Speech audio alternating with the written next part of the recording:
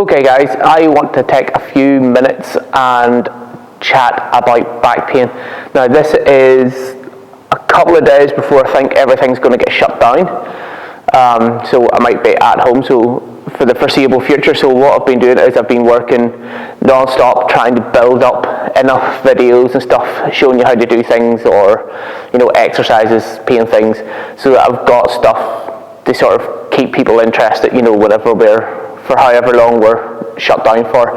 So I'm taking a little minute here and having some coffee, because the other day, just because I was doing so much and I'm training so much, actually I had a sort of a relapse with my back. So I couldn't get out of bed at all again. But there was something just different this time. Usually when that happens, I have a bit of a freak out, because even though you recover and you heal and you do get better, it still scares you, because you remember how horrible it was, how stuck you were. But you think you recover, but you don't. Your central nervous system sort of remembers all of that. So once you do have a flare-up for any reason, even if it's nowhere near as bad, what usually happens is you start freaking out. And you can't help it. That's because your brain's freaked out. It thinks it's taken all the steps back and it's back to square one. So that causes you to freak out, because your anxiety's up and you probably don't even know why, but you just feel more anxious. But this is the first time that it's happened that I haven't actually had that little bit of a wobble, because your brain's really good at adapting. It's not your body that's adapting. Your body heals. It's the brain that adapts to the pain, and it finds new ways of doing movements if it's permanently restricted, or if it has healed, it just rebuilds the maps that were lost whenever you were restricted and you couldn't move because you were injured. So the brain does adapt to injuries, and it adapts every time. So every time I've had a flare-up, because of the way I've approached it, it's made it less and less each time. And apart from the other day, just when I couldn't get out of bed, the next day I was up and about. Yes, it was still sore, and it's still sore now, but it's getting less and less, and that's happening faster and faster. So there's a couple of things I want to share with you. Number one, as I just said there, don't panic. You will get flare-ups. Once you're healed from something, it doesn't mean you're permanently healed.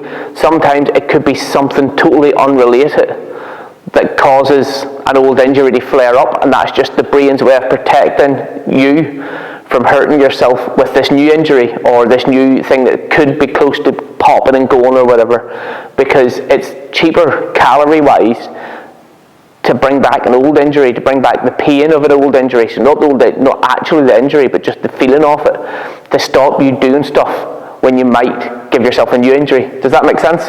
It's the brain's way of trying to protect yourself. It's just a protection system. So from that leads me to my second point, is moving. Get moving again. It's not an acute injury. It hasn't just happened, so you need to get moving as quick as possible. And I don't mean go out and freaking deadlift 120 kilos or anything like that. I mean just slow, small, little controlled movements, just to let your brain know what's going on, that you're moving safely, and it's okay to cut the pain out. So because of that, what I have done to then treat it is, when I woke up in the morning, first of all, I did have a good 5 minutes of going, oh shit, and proper anxiety. But then I just realized, no, I need to get moving. I need to sort this out. I need to stop freaking out. So the first thing I did was try and figure out, how this sort of happened. I just did some really gentle movements, sort of to see what's going on, to see if anything sort of stood out. And one of those movements, one of the very first movements I did, was not to move. So I just got up and I stood still in a nice neutral position. So my feet were under my hips, my chest was up, my head was looking forward in a neutral direction, and I closed my eyes just to see if I could notice anything like that. If I was sweating any more than usual, because that could point to something. If I felt dizzy, or if I felt like I needed to open my eyes, anything. You can just sort of give yourself a little internal assessment to see what's going on. So actually, what I noticed was at the back of my ribs was super, super tight. The more I thought about it, the more that was sort of on the point of injury. So I kind of thought the back pain was related to that, in that's the protection mechanism kicking in the brain. So I decided to have a little move, just some basic movements, just to get myself moving a little bit and take it slow, and that's all you can do. Every time you have a flare-up, and you will have flare-ups, it will get less and less, and you'll learn to deal with them better. Now, when I used to have a flare-up and it would last about 2 weeks, now it lasts 2 days. So for me, that's progress, times 1 million. You can't get better than that. It's now allowing me to get back to doing the stuff I used to love doing, and it's been years since that's happened.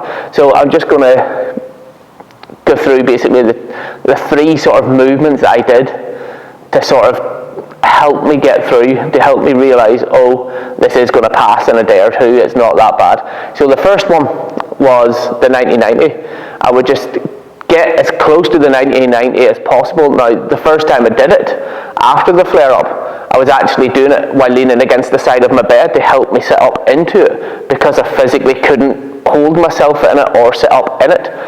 But hey ho, that's what it is. Just work with what you've got. And then I also did the frog zenith rotation. So in a frog stance, I did really gentle zenith rotations, and I also did it upright.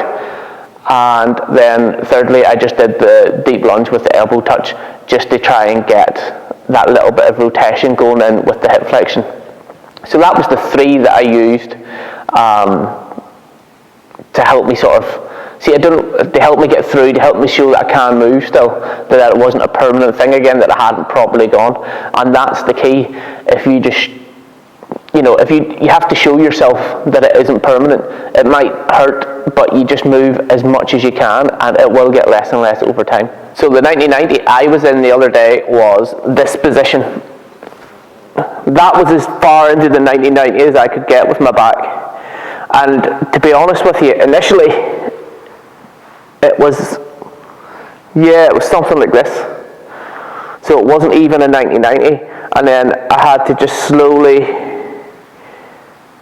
get the leg moved out. What I did now, this was over the course of about 20 minutes of just moving the knee, so it moved the hip, and both legs, and just kind of doing a little bit of rocking like that, just to get things moving a little bit. And then I got up like that to here, and from there I leant against the bed.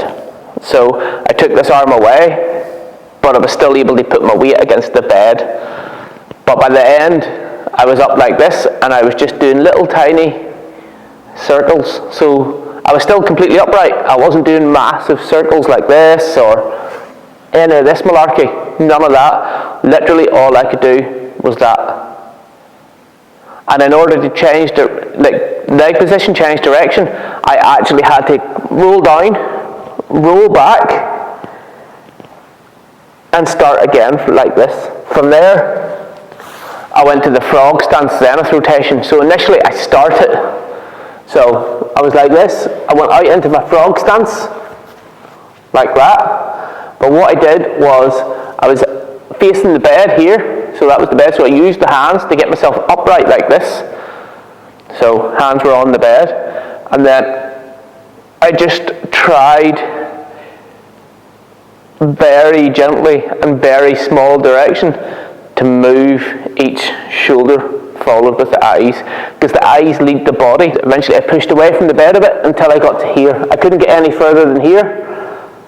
I had the hand behind my back, and I just did little zenith rotations. Didn't get very far, but I got it on both sides, and I got that depth. That was perfect for me. And then the very last, I was in my long lunge. Well, sort of a long lunge. The knee was still on the floor. Couldn't even get that straight. And from there, all I could do was slight bends in the elbow on each side. But, as I say, that's what I needed that day to help me sort of loosen up a little bit. And then, I did it twice that day. So I did it once when I was able to get out of bed the next morning, and once in the afternoon. As I say, this kind of thing sucks, but it is going to happen. It's how you manage it.